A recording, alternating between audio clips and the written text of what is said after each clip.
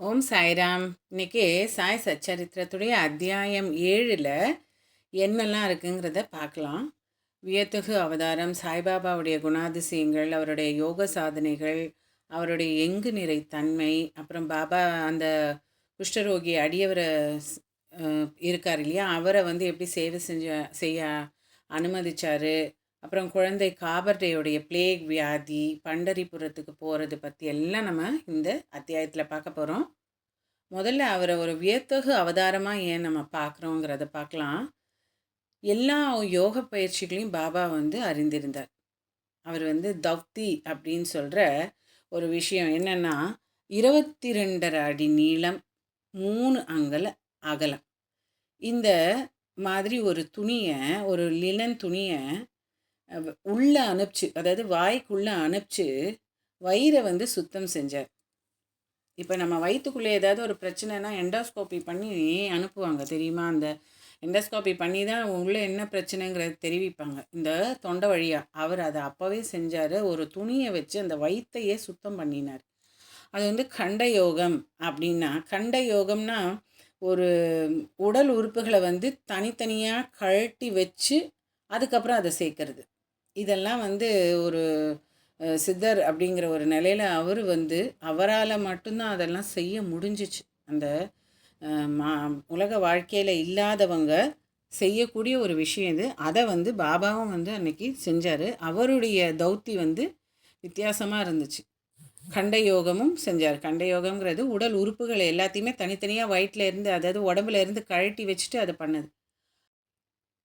இந்த கண்ட யோகம் மாதிரி சமாதி அப்படிங்கிற விஷயத்துலேயும் அவர் வந்து கை தேர்ந்தவராக இருந்தார்.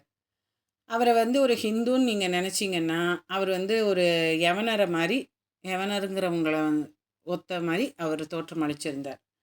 அவரை ஒரு யவனர்னு நீங்கள் நினச்சிங்கன்னா, அவர் வந்து ரொம்ப சமயாச்சாரமுள்ள ஒரு ஹிந்து மாதிரி அவர் காட்சியளித்தார்.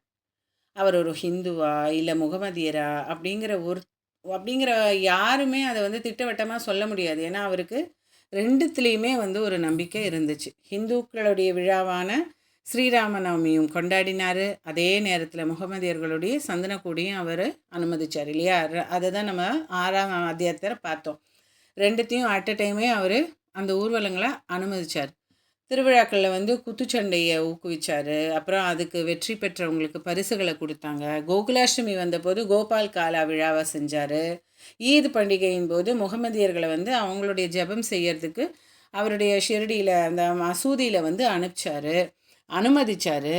ஒரு முறை வந்து மொஹரம் டைமில், மொஹரம் காலகட்டத்தில் முகமதியர்கள் வந்து நாங்கள் ஒரு தாஜா அல்லது தாபூத் அப்படின்னு சொல்லுவாங்க, அதை நாங்கள் செய்யவான்னு அவங்க பர்மிஷன் கேட்டபோது அதை அக்செப்ட் பண்ணிக்கிட்டார். ஓகே நீங்கள் வச்சுக்கோங்கன்ட்டு அதை கொஞ்ச நாள் மசூதியில் வச்சுருந்தார். அப்புறம் கிராமத்தோட இதில் ஊர்வலமாக அதை எடுத்துகிட்டு போயிட்டாங்க. 4 நாட்களுக்கு அந்த தாபூத்தை வந்து மசூதியில் வைக்கிறதுக்கு பாபா வந்து அனுமதிச்சார். 5வது நாள் என்ன பண்ணார்? எந்த இதுவுமே ஒரு வருத்தமும் இல்லை. எடுங்க அப்படின்னு சொல்லிட்டார்.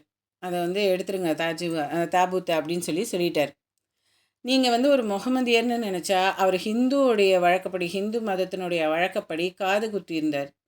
ஆனால் அவர் ஹிந்துன்னு நீங்கள் நினச்சிங்கன்னா அவருக்கு வந்து சுன்னத் கல்யாணம் செய்யப்படவில்லை. ஆனால் அதை வந்து செய்கிற வழக்கத்தை வந்து அவர் ஆதரிச்சிருந்தார். பட் பாபாவுக்குவே வந்து அந்த மாதிரியான ஒரு விஷயம் நடக்கலைங்கிறத வந்து நானா சாஹிப் சாந்தோர்கர் வந்து சொல்லியிருக்கார். இப்போ முகமதியர் அப்படின்னா அவர் வந்து துனி அப்படிங்கிற அந்த நெருப்பை எப்போதுமே மசூதியில் வச்சுருந்தார். பாபாவுடைய இந்த கான்ட்ரவர்சி, அவர் ஹிந்துவா முஸ்லீமாங்கிறது அவர் வாழ்ந்த காலத்திலே நடந்திருக்கு அப்படிங்கிறதுக்கு நிறைய சந்தர்ப்பங்கள் வந்து இருக்குது. முகமதியர்னால் துணியெல்லாம் வச்சுருக்க மாட்டாங்க. ஆனால் அவர் வந்து துணியை வச்சுருந்தார். முகமதியருக்கு விரோதமான 3 பழக்கங்களை அவர் அனுமதித்தார். என்னென்னா, திருகையில் அரைக்க மாட்டாங்க, சங்கு ஊத மாட்டாங்க, மணி அடிக்க மாட்டாங்க. ஆனால் இது 3த்தையும் அவர் செஞ்சார். மசூதியில் அவர் 3த்தையும் செஞ்சார். தீயில் வந்து ஆகுதி செய்தது, நம்ம வந்து இந்த பூர்ணாகுதி பண்ணுவோம் தெரியுமா? பூஜை ஹோமம் எல்லாம் பண்ணும்போது அதை வந்து ஆகுதி பண்ணுறதை வந்து செஞ்சார். பஜனை, தண்ணீரால் சாய்பாபாவுடைய பாதத்தை அர்க்கிய வழிபாடு செய்கிறது, அப்படிங்கிறது எல்லாமே வந்து அனுமதிக்கப்பட்டது. எதெல்லாம் வந்து முஸ்லிம் மதத்துக்கு சம்மந்தம் இல்லாத இருக்கோ அது எல்லாமே வந்து பாபா வந்து ஆதரிச்சார், அனுமதிச்சார். அப்போது அவரை நீங்கள் முகமதியர்னு நினச்சிங்கன்னா பிராமண சிரேஷ்டர்களும் அக்னிஹோத்ரிகளும் வந்து அவங்களுடைய வைதீக சம்பிரதாயங்களையே விட்டுட்டு இவர் பாதங்களையே சாஷ்டாங்கமாக விழுந்து பணிந்தார். எப்படி? பொதுவாகவே வந்து பிராமணர்களும் அக்னிஹோத்ரிகளும் வந்து அக்னிஹோத்ரிகள்னால் என்னென்னா எப்போவுமே அந்த அக்னி கெடாமல் பார்த்துட்டு அந்த அக்னியை வளர்த்துட்ருக்கிறவங்கள அக்னிஹோத்ரி சொல்லுவாங்க. அதே மாதிரி பிராமணர்களும் வந்து அவ்வளோ சீக்கிரமாக மற்றவங்கள வந்து அனுமதிக்கவே மாட்டாங்க, ஆதரிக்கவே மாட்டாங்க. ஆனால் அவங்க 2 பேருமே அவங்கவுங்களுடைய சாஸ்திர சம்பிரதாயங்களை விட்டுட்டு அவங்களுடைய இதை விட்டுட்டு இவருக்கிட்ட சாஷ்டாங்கமாக விழுந்து நமஸ்காரம் பண்ணி எல்லாமே பண்ணினாங்க.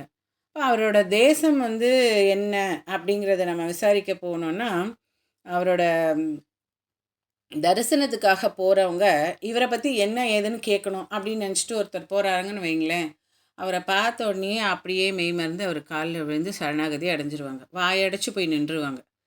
அப்படியே என்ன பேசுறதுன்னே தெரியாமல் ஒரு ஊமையை மாதிரி அப்படியே நின்றுவாங்க. அப்போ ஒரு முகமதியரா, ஹிந்துவா அப்படிங்கிறது வந்து ஒரு நிச்சயமாக தீர்மானிக்க இயலாத அளவுக்கு ஒரு அதிசயமான ஒரு ஆள் தான் நம்ம பாபா.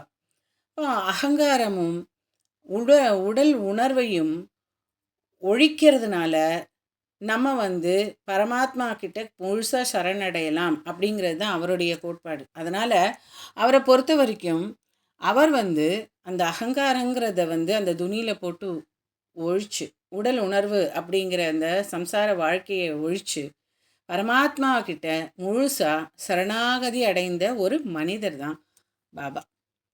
இப்போ அவர்கிட்ட நம்ம வந்து ஒன்றி விட்டோம் அப்படின்னா ஜாதி தேசம் அப்படிங்கிற அந்த கேள்வியை பற்றின ஒரு அந்த மாதிரியான ஒரு விஷயமே நம்ம வந்து எடுத்துக்கவே மாட்டோம் அவரோட ஒன்றி விட்டோம்னா.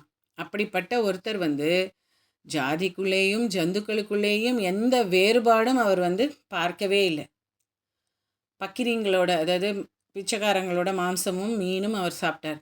நாய்கள் வந்து அவருடைய சாப்பாடை வந்து நாய்களும் பூனைகளும் அவர் வாயை வச்சா கூட அவருக்கு அது அருவருப்பாகவே தெரியல, அவர் அதை உண்டார். அந்த மாதிரியான ஒரு தனிமை, ஒரு தனிச்சிறப்பு வாய்ந்த ஒரு அவதாரமாக அவரை வந்து பார்த்தாங்க அன்னை காலங்களில். அப்போ இது எல்லாம் எதனால் வந்து நடக்குது நமக்கு அப்படின்னு ஹேமாட் வந்து யோசிச்சார். அதாவது என்னென்னா, பாபா கிட்ட நம்ம எப்படி போய் அசோசியேட் ஆகிறோம், எப்படி நம்ம போய் இவர்கிட்ட இருக்கோம் அப்படிங்கிறத பற்றி யோசிக்கும்போது, நான் ஏதோ ஒரு ஜென்மத்தில் வந்து ஒரு நல்ல புண்ணியம் பண்ணியிருக்கேன், பல புண்ணியங்களின் ஒரு காரணமாக தான் நான் வந்து இன்றைக்கி அவருடைய பாதத்தடியில் நம்ம உட்காந்து அவருக்கு வந்து அவருடைய ஆசீர்வாதத்தை நம்ம வாங்கிக்கணும் அப்படின்ட்டு நம்ம உட்காந்து அவருடைய நட்பையும் வந்து அனுபவிக்கிறதுக்குரிய ஒரு புண்ணியம் செஞ்சுருக்கேன், நல்ல அதிர்ஷ்டத்தை செஞ்சுருக்கேன். அதுதான் வந்து அவருக்கு ரொம்ப சந்தோஷமாக இருந்தது. அந்த மகிழ்ச்சிக்கும் ஆனந்தத்துக்கும் ஒரு நிகரில்லாத அளவுக்கு அவர் சந்தோஷப்பட்டார். உண்மையில் வந்து சாய்பாபா வந்து சுத்த ஆனந்தமும் உணர்வும் ஆவார். அவருடைய உயர்வு, தனி சிறப்பு போதுமான அளவிற்கு இங்கே விளக்கவே முடியாது. விளக்கத்திற்கு அப்பாற்பட்டது வந்து அவருடைய அன்பும் அவருடைய வாழ்க்கையும். அந்த அதிர்ஷ்டத்தை நம்ம வந்து சொல்கிறதுக்கான அளவுக்கு தகுதி இல்லை. அந்த அளவுக்கு வந்து அவருடைய மனநிலை இருந்தது. யாருடைய மனநிலை? ஹேமாட் பந்துடைய மனநிலை. இந்த இடத்துல நம்ம இந்த அத்தியாயத்தை, இந்த பகுதியை நிறுத்திட்டு அடுத்ததில் நம்ம சாய்பாபாவுடைய குணாதிசயங்களை பற்றி பார்க்கலாம். ஸ்ரீ சாயை பணிக. அனைவருக்கும் சாந்தி நிலவட்டும். ஓம் சாய்ராம். ஜெய் சாய்ராம். ஜெய் ஜெய் சாய்ராம்.